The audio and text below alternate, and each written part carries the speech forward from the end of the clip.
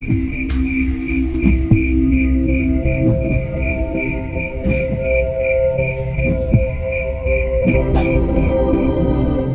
hari itu, sudah hampir menginjak pukul 7 lewat. Kondisi langit masih terlihat gelap karena mendung. Air gerimis yang turun dari langit terlihat sangat lembut, atau biasa di daerahku disebut dengan kermun, turun dengan intensitas yang cukup intens. Mbah Margono masih berada di dalam rumah dan meminta izinku untuk duduk di ruang tengah sembari bersila di atas sofa. Dan setelah aku mengizinkannya, Mbah Margono langsung memejamkan matanya seperti sedang bermeditasi. Dan sebelum itu aku meminta izin padanya dan Bapak Via untuk menyusul Via di rumah sakit. Pikirku, tidak apalah meninggalkan Mbah Margono di rumah sama Bapak, bisa jadi teman ngobrolnya juga. Bapak Via pun tidak keberatan. Dan setelah itu pun aku segera bersiap mengambil jas hujanku untuk dikenakan. Tak lupa, tas berisi berkas yang diperlukan aku bawa dengan tas di punggungku. Motor sudah siap di depan garasi, siap untuk digas mengantarku ke rumah sakit. Setelah aku berpamitan dengan Bapak Via dan Mbah Margono, segera aku keluar menuju motorku. Dalam langkahku menuju luar rumah, terlihat siluet seorang lelaki mengenakan belangkon tengah berdiri di samping motorku. Tak ada hawa negatif kurasakan dari sosok lelaki itu. Sembari mendekat, aku terus mengamati siapakah yang berdiri di samping motorku itu. Semakin lama semakin dekat jarakku dengan sosok lelaki itu, dan ternyata dia adalah sosok yang aku kenal dan memang sudah cukup lama aku tidak melihatnya di sini. Sosok lelaki itu menoleh ke arahku dan menyambutku dengan senyuman yang sangat ramah. "Assalamualaikum Yan, gimana kabarmu? Lama tidak ketemu ya?" Ucap lelaki itu menyapaku yang jaraknya mulai sangat dekat dengannya. Senyum sumringahku langsung terpancar begitu tahu siapa yang datang ini. Sejak kejadian Bajra, aku sama sekali tidak pernah melihatnya lagi. Jika tanpa ada dia, aku yakin tidak akan pernah bisa keluar dari kerajaan Bajra saat itu. "Waalaikumsalam." Aku hanya bisa menjawab salam yang dia sampaikan dan tidak bisa berkata apa-apa lagi. "Sudah, tidak usah terlalu terkesima seperti itu. Cepat susul istrimu dan aku akan membantumu menangani masalah yang tengah dihadapi sekarang," ucapnya sembari tersenyum dan memegang pundakku. Aku pun kemudian langsung tancapkan menuju rumah sakit di mana Via dibawa. Sementara sosok itu berdiri di teras mengamati aku pergi dengan motorku. Sosok itu adalah Abi Mantra. Sudah cukup lama aku tidak melihatnya. Singkat cerita, beberapa saat setelah aku pergi, Mbah Margono yang masih berada di rumahku akhirnya ngobrol dengan Bapak Via membicarakan banyak hal. Namun, di ujung pembicaraannya, menurut penuturan Bapak Via, pandangan Mbah Margono sempat tertuju ke sebuah titik dan berbicara pada Bapak Via. "Pak, ini saya tinggal sebentar ya, buat ambil barang di rumah. Nanti kalau ada sesuatu yang aneh, mohon Bapak ndak usah ngapa-ngapain. Biarin saja. Sebelum saya balik ke sini, Bapak di sini saja ya," ucap Mbah Margono memberi peringatan untuk bapaknya Via. "Walah, iya Pak, memangnya ada apa ya?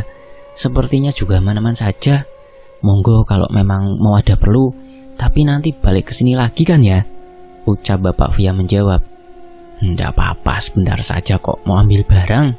Pokoknya kalau ada yang aneh-aneh, apapun itu, nggak usah diperdulikan geh," ucap Mbah Margono yang kemudian beranjak pergi dari rumah.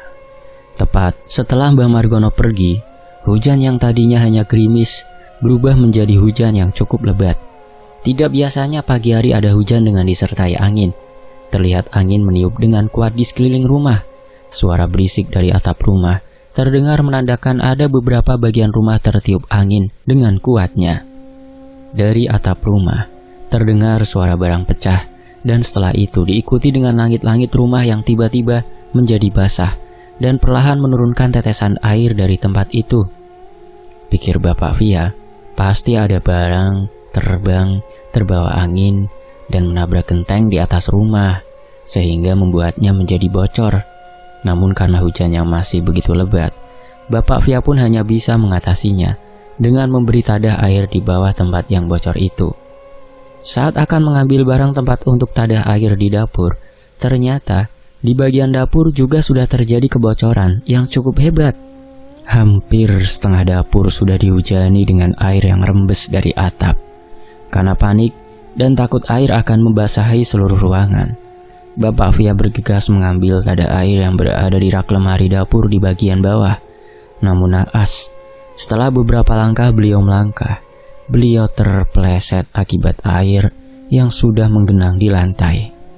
Akibat terpelesetnya itu, tubuh beliau terseret hingga membentur meja yang kebetulan juga entah siapa yang menggunakan. Ada pisau di atas meja tersebut yang kemudian jatuh akibat getaran dari hantaman tubuh Bapak Via yang menghantam meja itu. Pisau yang berada di atas meja kemudian terjatuh dengan Bapak Via yang tergeletak di bawahnya.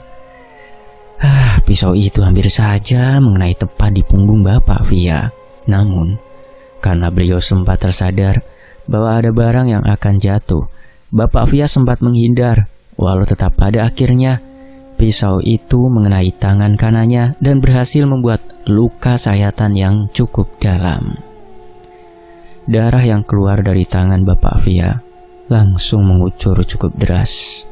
Dan setelah itu, Bapak Via bergegas untuk bangkit dari tempat di mana dia tergeletak sembari meraih pisau yang melukainya untuk disingkirkan supaya tidak mencelakai orang lain. Pisau itu pun kemudian ditaruhnya di wastafel sembari Bapak Via mencuci pisau yang terkena noda darahnya. Tak berselang lama, setelah itu Mbah Margono pun kembali dari rumahnya. Melihat rumah sepi, Mbah Margono langsung masuk saja dan mencari Bapak Via. Dan setelah masuk ke dalam rumah, akhirnya Mbah Margono menemukan Bapak Via sedang berada di dapur dan cukup terkejut dengan apa yang terjadi padanya. "Loh Pak, ini kenapa? Lah kok tangannya berdarah?" tanya Mbah Margono, cukup panik karena melihat darah yang cukup banyak mengalir dari tangan itu. "Ini Pak, tadi kepleset, malah kebetulan di atas meja ada pisau. Nah terus pisaunya jatuh pas banget kena tangan. Sempet sih mau kena badan, tapi saya masih sempat menghindarinya. Malah yang kena tangan," jawab Bapak Via menjelaskan. "Lu kok bisa terpleset? Memang Bapak mau ngapain?" tanya Mbah Margono mencari penyebabnya Bapak Via terpleset. "Nah ini toh mau buru-buru cari tempat buat tada air hujan yang bocor ini loh. Kan takutnya nyebar, kan jadi..." Sambil melihat ke sekitar menunjukkan air bocor yang berada di ruangan ini. Namun, saat menunjukkan air itu di dapur, ternyata dalam keadaan kering. Tidak ada kebocoran. Dan suara gemuruh hujan lebat juga sudah tidak terdengar lagi. Sudah. Lah terus Bapak itu lagi ngapain sekarang? "Sudah sini Pak, saya bantu ngobatin lukanya dulu," ucap Mbah Margono meminta Bapak Via untuk segera mendekat pada Mbah Margono. "Iya Pak, sebentar. Saya nyuci ini dulu pisaunya biar bersih dari darah." Bapak Via kembali dikejutkan lagi dengan apa yang dia pegang. Di mana tadi yang dia pegang adalah benar-benar pisau, namun sekarang yang dipegangnya adalah gedebok pisang kecil. Melihat pisau itu berubah menjadi debok pisang, secara refleks Bapak Via langsung melempar debok itu ke tempat sampah. Namun luka dan rasa sakit yang dirasakannya itu tetaplah nyata. Rasa penasaran dan bingung begitu dirasakan oleh Bapak Via. Mbah Margono terus meminta Bapak Via tidak perlu terlalu memikirkan apa yang terjadi barusan. Sembari dibantu mengobati lukanya, Bapak Via terus mengamati keadaan sekitar, terutama di mana tadi ada kebocoran yang ternyata kebocoran itu sama sekali sudah tidak ada. Beliau juga menanyakan apakah tadi ada hujan lebat pada Mbah Margono, dan dijawab oleh Mbah Margono, "Hujan hanya gerimis kecil seperti saat aku pergi." Wajah kebingungan Bapak Via semakin menjadi, padahal dia benar-benar mengetahui hujan yang dirasakannya sangat lebat. Bahkan angin juga ikut nimbrung menghujani rumah ini. Namun setelah dipikir, memang sedikit aneh, pagi-pagi sudah ada hujan dengan intensitas lebat seperti itu. Untuk mengobati rasa kebingungan Bapak Via, Mbah Margono kemudian memberi penjelasan apa yang sebenarnya yang sedang terjadi. Beliau mengatakan bahwa sejak semalam terdapat serangan dari sosok yang sedang mengincar sesuatu yang berada di rumah ini. Yang jelas ini ada hubungannya dengan Rian. Hanya dia yang bisa menyelesaikan masalah ini. Bahkan Mbah Margono pun mengatakan pada Bapak Via, dia tidak bisa menyelesaikan masalah ini. Mbah Margono mengatakan ada yang ingin diambil lagi dari Rian untuk dibawa ke tempat asalnya lagi. Namun sepertinya ini akan sulit karena terkait dengan perasaan dan titah dari terdahulunya. Sementara itu, aku yang sedang dalam perjalanan menuju rumah sakit dan dihujani gerimis yang semakin intens menabrak tubuhku, terus memikirkan sebenarnya apa yang menjadi penyebab gangguan ini dan kenapa gangguan ini menyerang secara tiba-tiba tanpa aku ketahui asal mulanya. Pikiranku tetap tertuju pada Sinta. Ini semua pasti ada hubungannya dengan dia. Pasalnya, semenjak dia berubah sikap, semua gangguan ini mulai bermunculan. Saat aku memikirkan penyebab itu, membuat pikiranku buyar dan tidak konsen pada jalanan. Memang jalanan pada saat itu sepi karena gerimis yang melanda pagi hari itu. Iya sepi, tapi sangatlah sepi selama aku di perjalanan menuju rumah sakit. Aku sama sekali tidak berpapasan dengan pengendara yang lain. Bahkan pejalan kaki di trotoar pun sama sekali tidak terlihat. Memang waktu ini masih pagi, tapi seharusnya pada jam segini, mau tidak mau walau sedang dalam kondisi hujan, harusnya tetap ada kegiatan orang di jalan, seperti berangkat ke sekolah atau pergi berbelanja dan lain-lain. Tapi saat itu sama sekali tidak ada siapapun di jalan. Bisa dihitung kendaraan yang aku temui, mungkin hanya 2-4 kendaraan saja. Karena terlalu dalam pikiranku mencari penyebab kejadian ini, hingga pada akhirnya di sebuah sudut jalanan tepat di tengah kota, dan sebenarnya hampir tiba di rumah sakit, tiba-tiba aku dikagetkan dengan adanya seseorang yang tiba-tiba menyeberang jalan dengan cara berlari.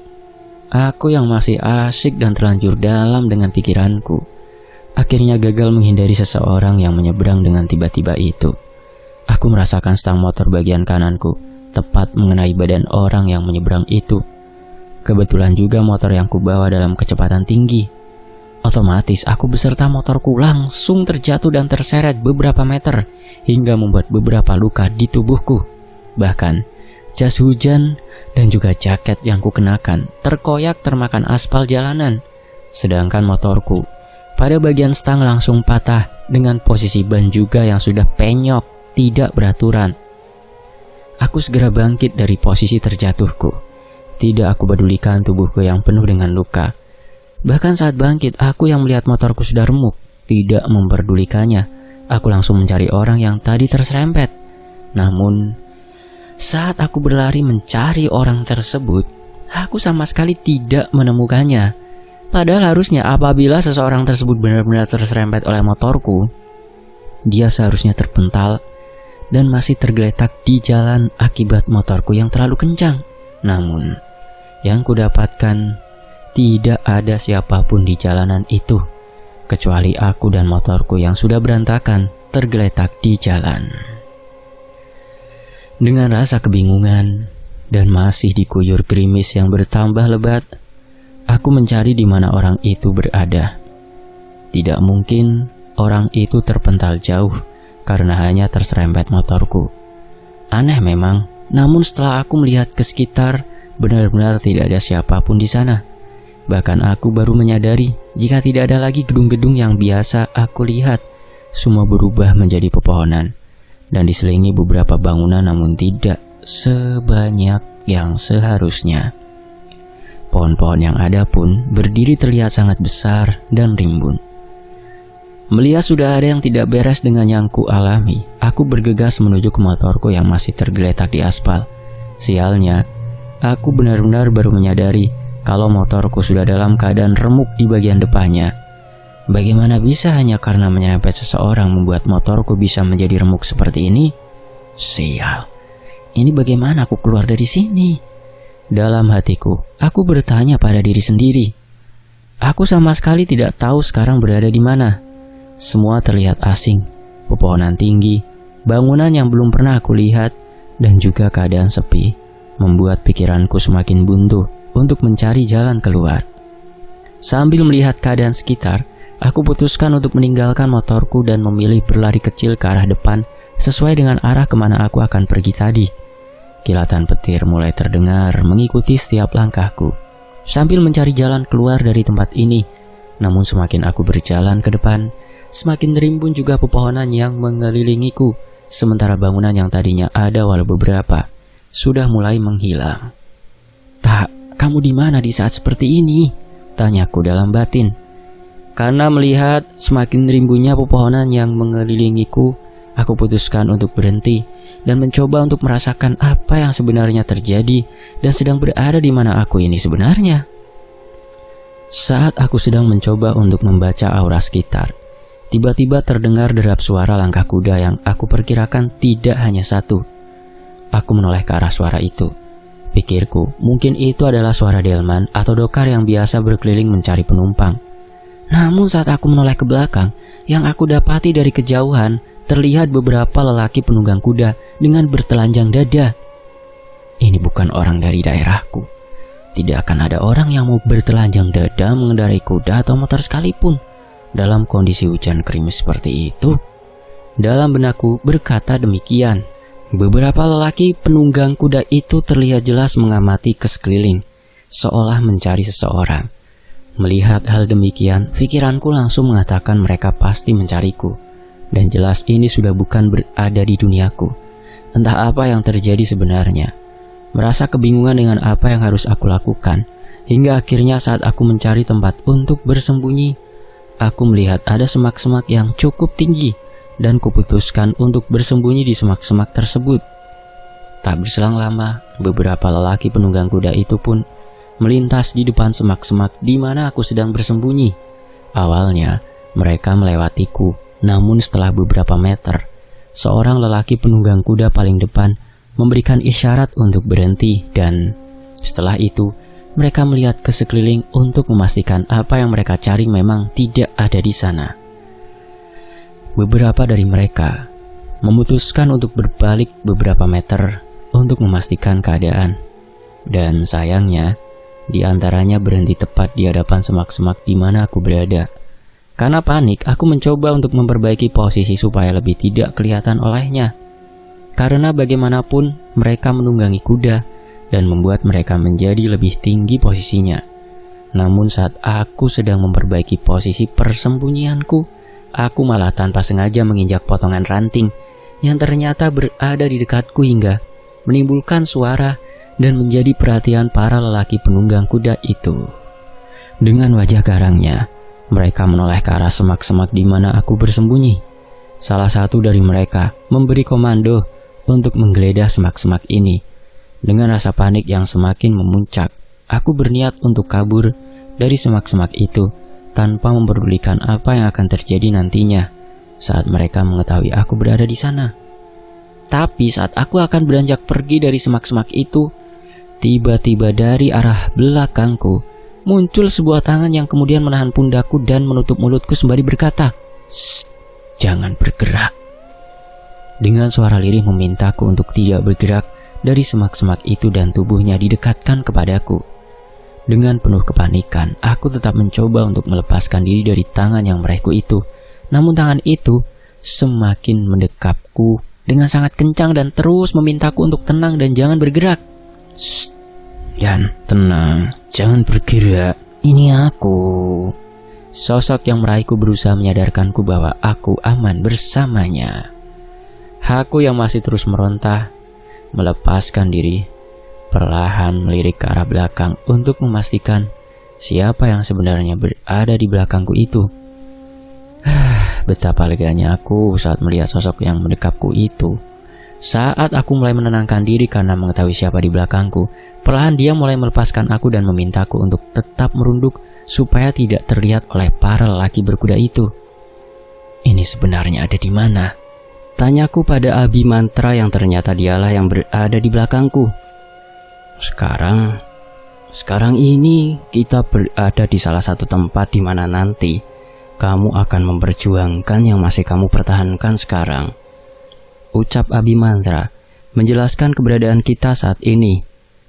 "Maksudmu kita memang tidak berada di duniaku?" tanyaku memastikan. "Ya Allah, masih nanya? Sudah tahu tempatnya beda dari biasanya kan?" ucap Abi Mantra sedikit mengeluh karena responku yang telat. Ya, mau bagaimana lagi? Karena pikiran yang begitu banyak ditambah gangguan ini membuat otakku semakin tidak bisa berpikir dengan jernih. Iya ya, maksudku, sejak kapan aku bisa masuk ke dunia ini? Tanya aku menjelaskan maksud pertanyaanku. Shh, diam dulu, biar semua diselesaikan dulu olehnya. Abi Mantra memintaku untuk diam terlebih dahulu, sembari menunjuk ke arah belakang dari para lelaki berkuda itu, yang ternyata dengan diam-diam dari arah belakang para lelaki berkuda itu sudah bersedia seorang anak bersisik hijau yang dulu membantu kita dalam pertempuran melawan Bajra. Masih pada ingat kan teman-teman, anak bersisik hijau?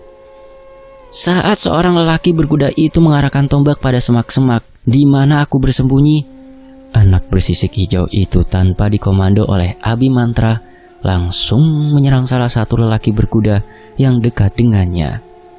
Serangan dadakan itu membuat terkejut semua lelaki berkuda hingga akhirnya mereka fokus pada anak bersisik itu. Dengan gerakan yang sangat lincah, anak bersisik itu berhasil menyerang dan melukai beberapa lelaki berkuda tersebut. Dan karena merasa kalah mobilitas dalam bertahan, mereka akhirnya memutuskan untuk pergi dari sini. Sementara aku langsung dibawa oleh Abi Mantra dengan cara menutup mataku. Dan tanpa terasa, tiba-tiba,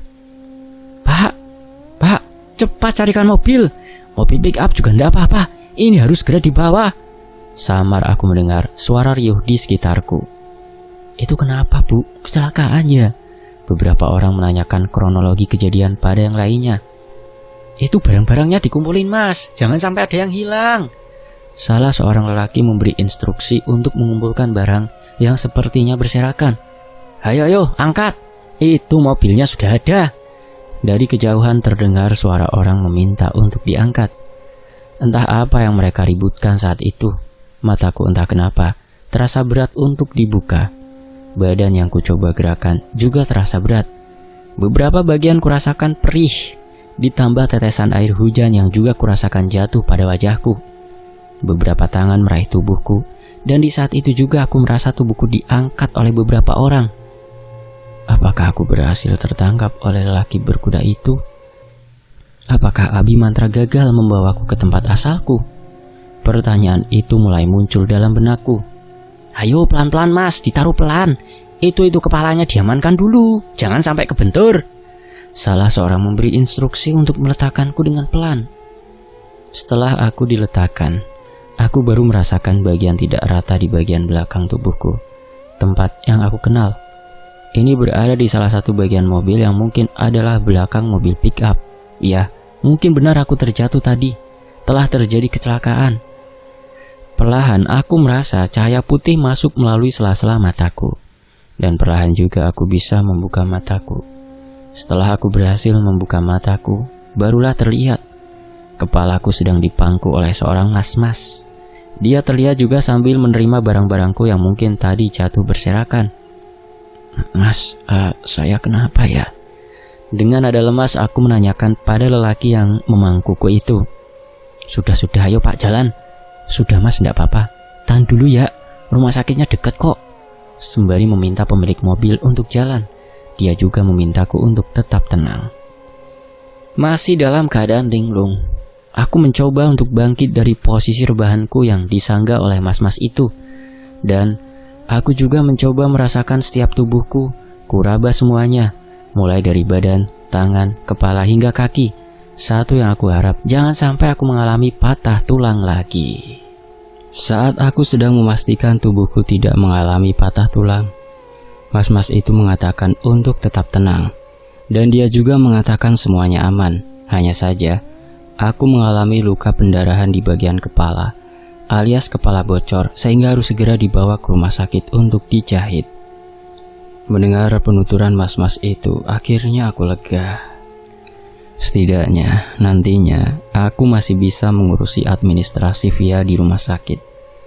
Aku juga meminta mas-mas itu untuk membawaku ke rumah sakit di mana via dibawa. Sesampainya aku di rumah sakit, aku langsung dibawa ke ruang UGD untuk mendapatkan perawatan pada lukaku. Beberapa dokter jaga mulai mengarahkanku ke bilik tindakan dengan cekatan mereka memeriksa lukaku. Mas, Ini lukanya harus dijahit ya.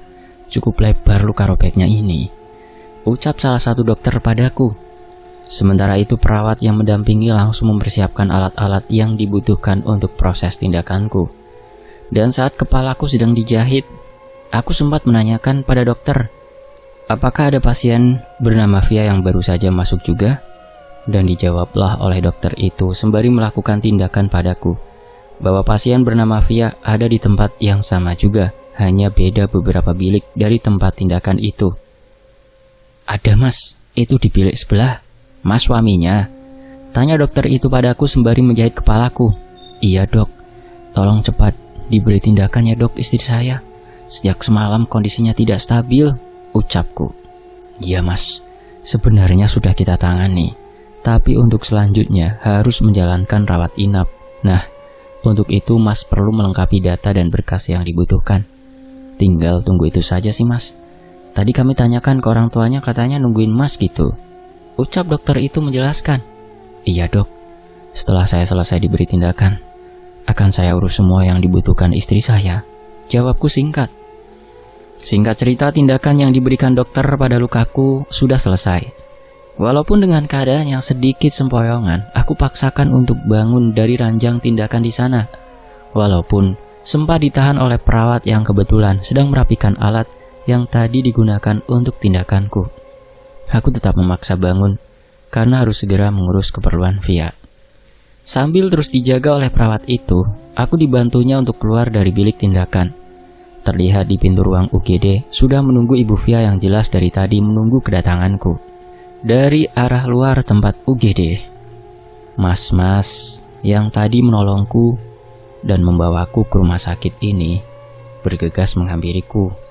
Bersamaan dengan itu, karena Ibu Via melihat mas-mas itu masuk, otomatis menjadi perhatian Ibu Via dan akhirnya menoleh juga ke arahku.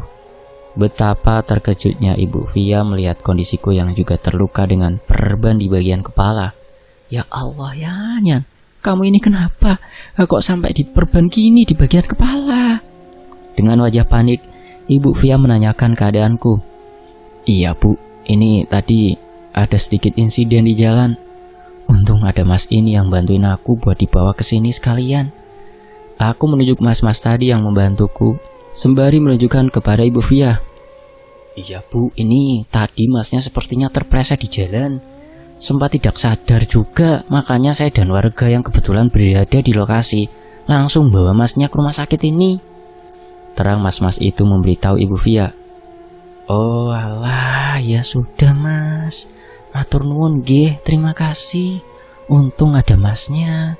Kalau ndak, malah tambah panik saya nungguin anak saya ini, ucap Ibu Via berterima kasih kepada mas-mas yang menolongku itu.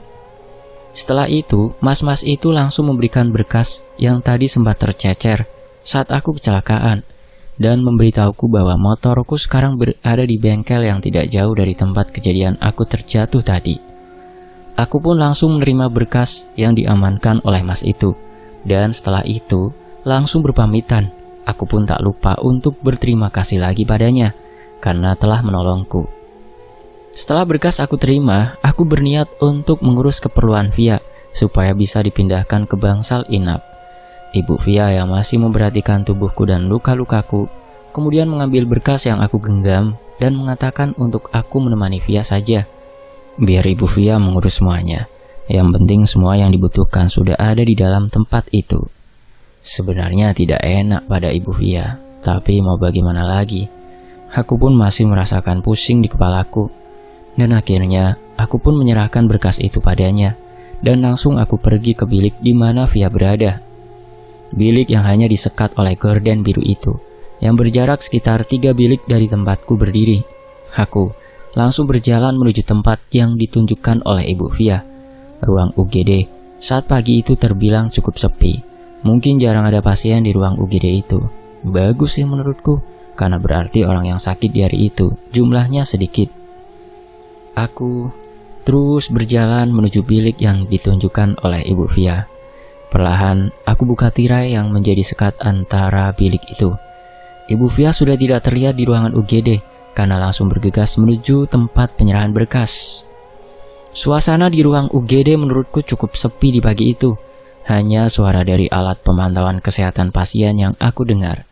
Dan ada sedikit suara rintihan dari salah satu bilik yang lain. Mungkin penyakit yang dirasakan orang di sana membuatnya tidak nyaman sehingga sampai merintih. Aku buka tirai itu untuk segera melihat keadaan Via saat ini. Terlihat dia sedang terlelap dengan nafas yang sudah normal kembali. Tidak seperti saat di rumah tadi. Kondisi wajahnya juga sudah kembali ke warna normalnya orang. Walaupun sedikit pucat, tapi setidaknya tidak biru seperti di rumah. Aku dekati Via yang sudah terlelap itu. Kubelai rambutnya sembari menatap dalam ke arah wajahnya. Memang pernah aku melihat Via seperti ini. Tapi itu saat sedang berada di perkuliahan, dia pernah terjatuh sakit. Namun tidak sampai seperti ini. Asma yang dulu hilang, entah kenapa bisa kambuh lagi hingga seperti ini. Seperti kebiasaanku, setiap kali dia sedang sakit, aku pasti sempatkan untuk menyentuh bagian di mana dia merasakan sakit. Dan aku langsung rapalkan doa yang diajarkan oleh bapak dulu. Doa yang kata Via efeknya langsung terasa saat aku bacakan dan kusentuh bagian yang sakit. Entah benar atau tidak, tapi itu yang dikatakan Via setiap kali dia sakit dan langsung kudoakan. Aku sentuh bagian dada Via. Kupejamkan mataku untuk fokus meminta pertolongan pada Gusti Allah melalui doa yang kupanjatkan. Saat aku membacakan doa dan kusentuhkan tanganku di dada Via, aku merasakan ada sesuatu yang aneh berada di dalam sana. Doa langsung aku panjatkan untuk segera meminta kesembuhan. Dan entah kenapa saat doa itu aku rapalkan sesuatu yang kurasakan di dalam dada Via. Tiba-tiba seolah terlepas dan langsung menghilang begitu saja. Aku pun cukup terkejut dengan apa yang kurasakan. Hingga langsung kubuka mataku untuk melihat ke sekitar ruangan. Namun sama sekali tidak ada yang aneh. Hanya saja wajah Via yang tadinya masih pucat kini berangsur mulai normal lagi. Namun yang aneh adalah suara rintihan dari bilik yang aku dengar tadi. Terdengar semakin kencang, seolah sakitnya semakin menjadi. Perlahan, suara rintihan itu berubah menjadi tawa lirih. Suara alat yang tadinya berbunyi dengan tempo yang lambat, kini juga berubah dengan tempo yang cepat. Anehnya, biasanya apabila ada kondisi alat dengan kondisi cepat seperti itu, perawat akan langsung cepat untuk mengecek apakah ada masalah dengan pasien tersebut atau tidak. Namun ini sama sekali tidak ada seorang perawat pun yang masuk untuk mengecek pasien tersebut. Aku keluar dari bilik yang ditempati Via untuk menengok keluar ruangan, berharap ada perawat yang datang. Suara tawa dari pasien itu juga semakin keras ku dengar. Aneh, bagaimana bisa suara dari alat itu semakin tidak stabil dan juga suara tawa dari pasien yang semakin keras, tapi tidak ada satupun perawat yang datang untuk ngecek. Suara tawa itu perlahan menjadi berat dan semakin bertambah berat, dan semakin kurasakan suara itu semakin familiar dengan yang sudah pernah aku dengar. Suara dari makhluk bertubuh besar tinggi berwarna hitam. Dan tiba-tiba di saat itu juga, bilik-bilik gorden yang berada di sana pun secara serentak tiba-tiba terbuka, memperlihatkan yang berada di dalam bilik itu hanya bilik Via saja yang masih tertutup. Rasa panik kembali menyerangku. Melihat di setiap bilik yang terbuka itu ternyata berisi makhluk seperti yang pernah aku temui dulu, mulai dari Om Wowo, Tante Kunti, Poci, dan yang lainnya. Semua terbaring di atas ranjang UGD itu. Suara dari setiap makhluk itu mulai memenuhi ruangan UGD itu, membuatku semakin panik. Terpaksa walau masih dalam keadaan tidak stabil karena kecelakaan tadi, aku mempersiapkan pertahananku dengan ajian yang sudah pernah diajarkan. Memang akan menguras tenagaku, tapi mau bagaimana lagi apabila tidak dan mereka menyerangku, yang terjadi akan lebih fatal.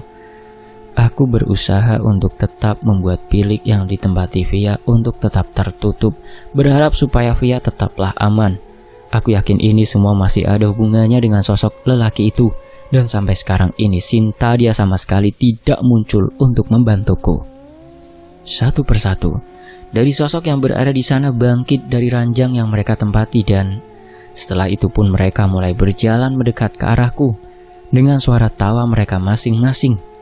Dari mulai yang terdengar sangat berat hingga yang terdengar sangat melengking yang memekakan telinga.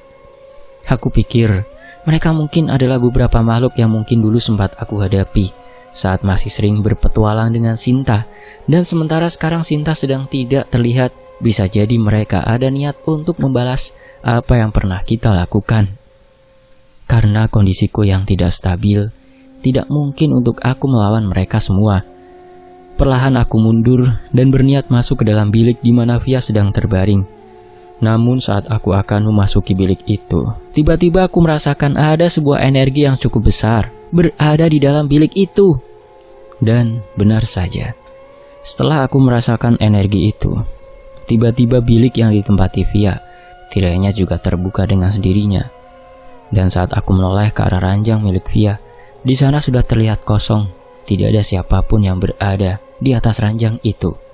Hanya ranjang kosong yang terlihat. Rasa panik semakin menjadi pada diriku. Kemana Via pergi? Dengan kepanikan yang semakin deras menyerang, aku terus bersiaga akan serangan yang mungkin bisa saja dilancarkan oleh makhluk-makhluk itu. Mungkin bisa aku menyerangnya dengan satu kali serangan. Hanya saja dalam pikiranku masih ada satu energi yang cukup besar.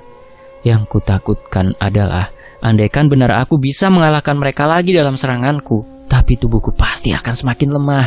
Dan apabila sosok dengan energi cukup besar itu muncul, pasti akan tamat riwayatku. Yang ditakutkan olehku ternyata benar. Satu persatu dari makhluk itu mulai menyerangku.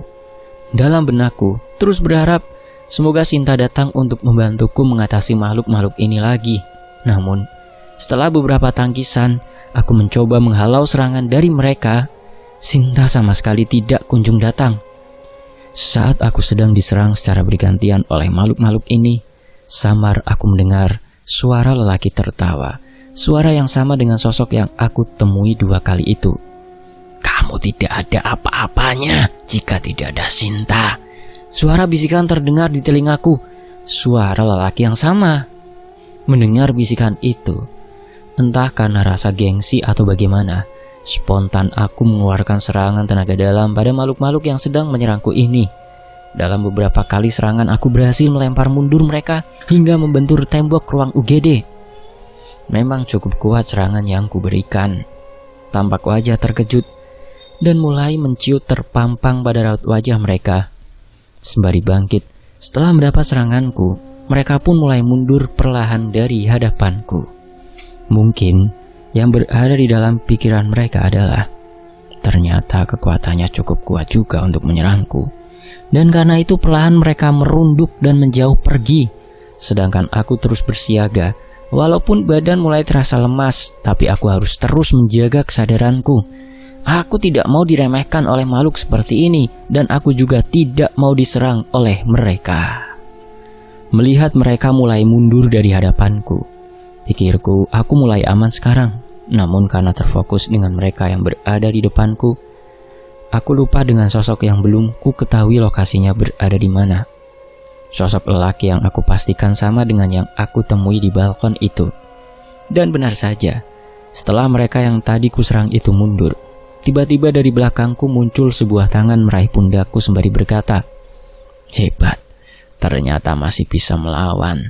Pantas saja Sin. Belum sampai dia menyelesaikan ucapannya, tiba-tiba terdengar suara seseorang yang lain dibarengi dengan suara hantaman yang membuatku terkejut. Karena setelah hantaman itu, sosok yang meraih tanganku itu terlempar melewatiku dari belakang dan akhirnya membentur tembok yang ada di depanku. Jangan berani sekali-kali kamu memegang anak turunku jika ada niatan buruk di dalam hatimu. Ucap lelaki yang tiba-tiba datang itu yang ternyata adalah Abimantra. Sosok lelaki yang terlempar membentur dinding itu kemudian dengan perlahan bangkit sembari merapikan pakaiannya dan mengusap bagian tubuhnya yang sepertinya dihantam oleh Abimantra. Dengan wajah tersenyum getir, sosok lelaki itu memandangi Abimantra yang sudah berdiri di sampingku.